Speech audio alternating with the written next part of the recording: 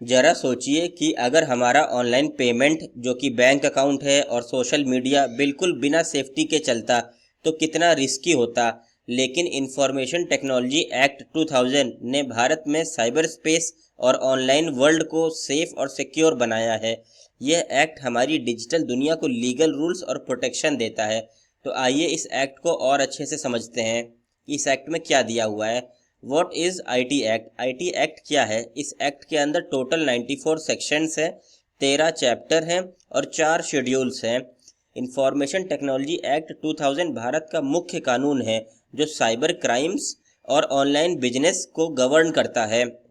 यह act digital transaction और electronic records को लीगल रिकॉग्निशन देता है। इसे इंडियन पार्लियामेंट ने इनेक्ट किया और यह इंटरनेशनल स्टैंडर्ड्स के साथ अलाइन है। फॉर एग्जाम्पल, अगर कोई आपका बैंक अकाउंट हैक करे तो उस पर केस किया जा सकता है और उस पर पेनल्टी भी लगाया जा सकता है। यह बताता है हमारा आईटी एक्ट। और यह किस मॉडल से गवर है? यूनिसेट्रल मॉडल से, बेस्ड ऑन यूनिसेट्रल मॉडल। यह एक्ट सभी बिजनेस और यूजर्स के लिए ऑनलाइन वर्ल्ड में सुरक्षा का फ्रेमवर्क देता है। कोर ऑब्जेक्टिव क्या है इस एक्ट के? सबसे पहला ऑब्जेक्टिव है digital government services. Government services online fast और स्मूथ होती हैं। बिजनेसेस और सिटीजन्स के लिए इजी डिजिटल ट्रांजैक्शन पॉसिबल है इस आईटी एक्ट के चलते। सर्विसेज डिलीवरी में डिले कम और ट्रांसपेरेंसी ज़्यादा है। दूसरा ऑब्जेक्टिव है combat cyber crime.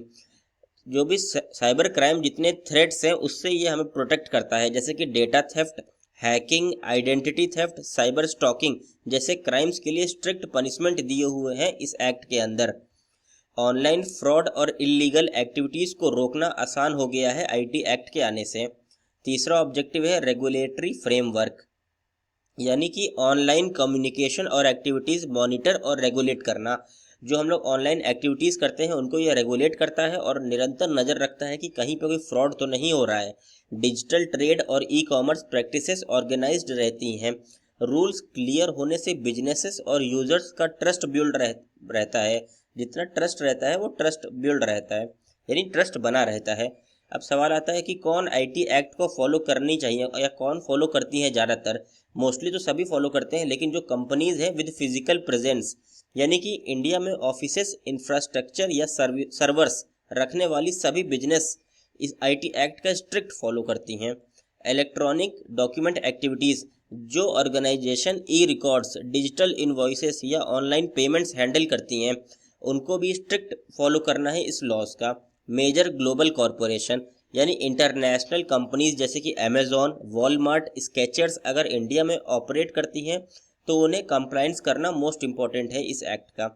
Y the IT act matters? IT act अब इतना महत्वपूर्ण क्यों है? क्योंकि ये लीगल रिकॉग्निशन देता है ई रिकॉर्ड्स को। इलेक्ट्रॉनिक डॉक्यूमेंट्स अब पेपर डॉक्यूमेंट्स के बराबर लीगल स्टेटस रखते हैं। इंडिया की डिजिटल इकोनॉमी और ई कॉमर्स ग्रोथ में मदद मिली है इसी एक्ट के चलते। डिजिटल सिग्नेचर की वैलिडिटी भी इंक्रीज हुई है आईटी एक्ट के आने से। Electronic signatures legally handwritten signature के बराबर माने जाते हैं। सिक्योर ऑनलाइन कॉन्ट्रैक्ट्स और एग्रीमेंट्स पॉसिबल हुए हैं जब से आईटी एक्ट आया है। सिक्योर ऑनलाइन कॉन्ट्रैक्ट्स, जितने ऑनलाइन कॉन्ट्रैक्ट हैं वो सब सिक्योर हैं, सुरक्षित हैं। सिक्योरिटी इंफ्रास्ट्रक्चर, इसके अच्छा आईटी एक्ट को कौन सिक्योरिटी देता है? जैसे कि मान लीजिए कंट्रोलर ऑफ सर्टिफाइंग अथॉरिटी बनाया गया है। इसका काम क्या है? डिजिटल सर्टिफिकेट्स इशू करना और मैनेज करके ऑथेंटिकेट और सिक्योरिटी इंश्योर करना। तो एक अथॉरिटी भी है जिसका नाम है कंट्रोलर ऑफ सर्टिफाइंग अथॉरिटी। की फीचर्स क्या हैं? गवर्नमेंट कंट्रोल करती है, बिल्कुल कंट्रोल करती है। आईटी एक्ट को इम्प्लीमेंट और इन्फोर्स करने का काम किसका है? सेंट्रल गवर्नमेंट का।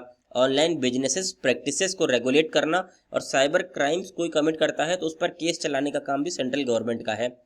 इंटरमीडियरी रिस्पॉन्सिबिलिटी, इंटरमीडियरीज की भी रिस्पॉन्सिबिलिटी है इसके अंदर, जैसे कि आईएसपी, सोशल मीडिया प्लेटफॉर्म्स और अन्य इंटरमीडियरीज की ड्यूटी भी डिफाइन की गई है इस एक्ट के अंदर। जैसे कि सेफ हार्बर क्लॉज दिया हुआ है, जैसे कि अगर कोई इलीगल कंटेंट अपलोड करता है उसे जल्दी रिमूव करने पर लायबिलिटी से बचा जा सकता है। यूजर्स और प्लेटफॉर्म दोनों की सुरक्षा सुनिश्चित होती है इस एक्ट के चलते। कुछ अच्छा, इस एक्ट के सारे यानी पॉजिटिव वे ही नहीं है, कुछ वीकनेस भी है, कुछ नेगेटिविटी भी है। जैसे कि पहला, इनएडिक्वेट डेटा ब्रीच रिस्पॉन्स, यानी डेटा कलेक्ट करना, एम्फेसाइज करना, लेकिन लीक होने पर क्लियर अकाउंटेबिलिटी नहीं है इस एक्ट के अंदर। यानी कि क्लियर पहचान कर पाना कि किसने लीक किया है, इस तरह की बहुत समय लग जाता है इस एक्ट के अंदर उसको पहचान करने में। प्राइवेसी प्रोटेक्शन गैप्स, यानी पर्सनल प्राइवेसी कमजोर है। इंटरमीडियरीज यूजर इन्फो कलेक्ट और शेयर कर सकते हैं बिना कंसेंट के। कहीं आपने देखा होगा बस एक टिक किया और आपकी सारे इन्फॉर्मेशन उस वेबसाइट पे चली जाती है। इनसफिशिएंट पेनाल्टीज, माइनर फाइन्स या शॉर्ट इम्प्रिजनमेंट का प्रावधान है इसके अंदर। ज़्यादा पेनाल्टी भी नहीं लगती है और ज़्यादा समय तक के जेल की भी प्रावधान नहीं है। रिगोरस इम्प्रिजनमेंट जैसा कोई भी जिक्र नहीं है। सीरियस ऑफेंडर्स को रोकने में कम इफेक्टिव है यह act. Limited modern threat coverage, जो मॉडर्न थ्रेट एक से एक टेक्नोलॉजी वाले थ्रेट आते जा रहे हैं उनका लिमिटेड यहाँ पे कवरेज किया गया है। इमर्जिंग साइबर थ्रेट्स के लिए प्रॉपर प्रोविज़न नहीं है। Special cyber crime investigation officers की ट्रेनिंग बहुत ज़रूरी है। जो ट्रेनर्स हैं उनकी ट्रेनिंग बहुत ज़रूरी है।